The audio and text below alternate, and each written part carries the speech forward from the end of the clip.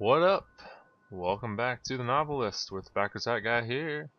This is episode 12, I believe. And we're wrapping up chapter 6, The Funeral. And we got some choices to make. So Dan has a book signing on the same day that the funeral for Linda's grandma, which is also the same day as the airplane show that Tommy wants to go to. So I don't know, in my mind this is pretty cut in stone. Definitely need to go with the funeral as the priority. So we're gonna select the phone, and that will mean that they are going to go to the funeral.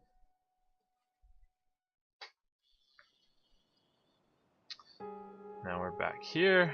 We can roam around and see if we can find out some more info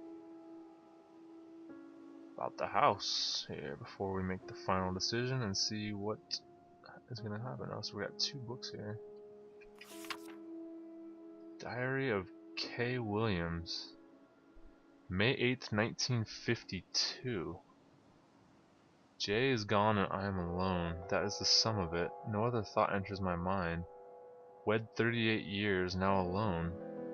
A senseless accident has taken Jay from me. What should I do with myself if I do not know?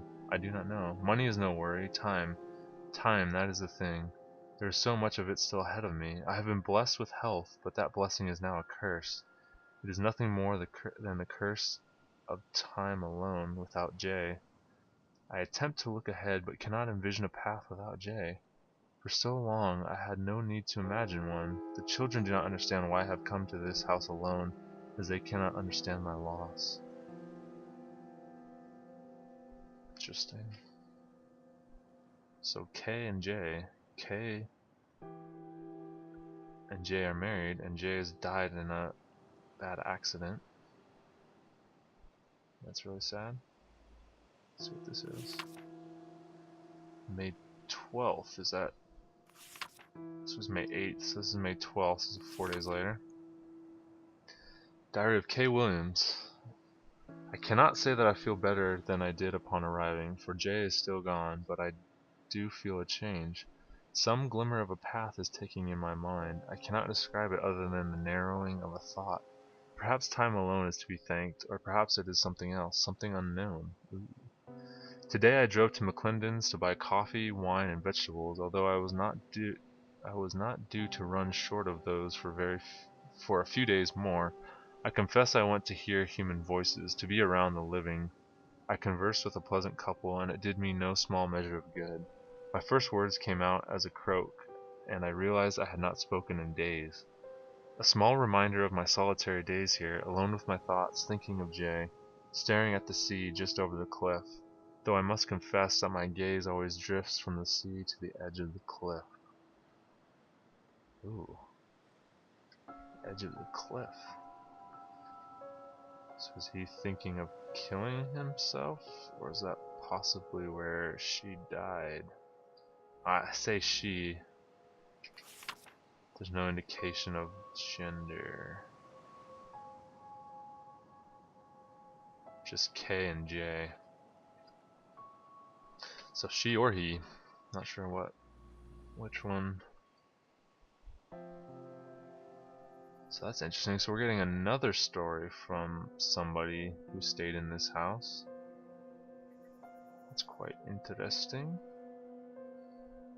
And another slight mention of a possible force.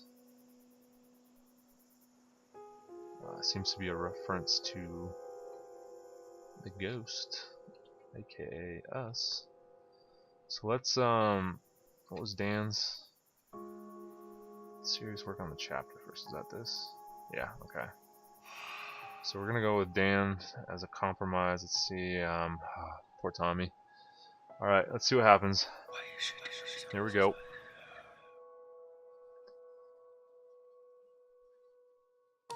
Dan couldn't bear the thought of Linda going to the funeral alone, so he bought a ticket and flew to Denver with her. The funeral was hard for Linda, but having Dan there made it easier to bear.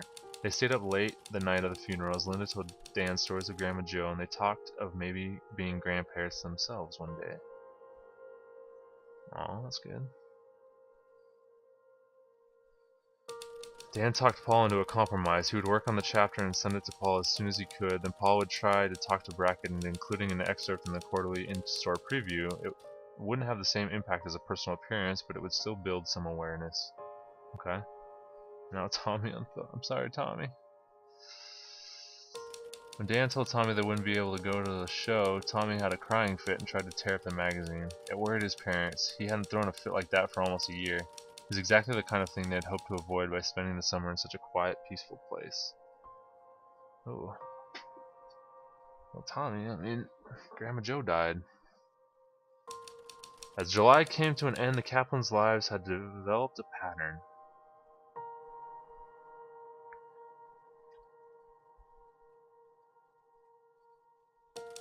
Dan finished his first draft and he almost ran into the mailbox to send a copy to Paul. He knew it was good and he wanted to show his agent that he was close to something great. If he could just keep it together a little longer, he would have a book he was proud of. Okay, so he's doing a lot better with the book. On Friday, Dan and Linda both knocked off early, took Tommy to his aunt's house, and drove to a bed and breakfast. They barely left their room. The guests in the room below complained about the noise, but the owner, who assumed that Dan and Linda were on their honeymoon, offered to move the guests to a different room instead. Oh, so their relationship's doing really well. And on the following Tuesday, Tommy put on an art show in the den, explaining his drawings to his parents one by one. Dan was polite and paid attention, but he wanted to be somewhere else. He smiled at the right times, but he didn't engage Tommy or praise his work. Tommy could tell his father was bored, and he cut the show short. He didn't draw for a week. Oh man, so Tommy is not doing too well. They still had a month left, but Dan's chances to change the course of the summer were growing fewer.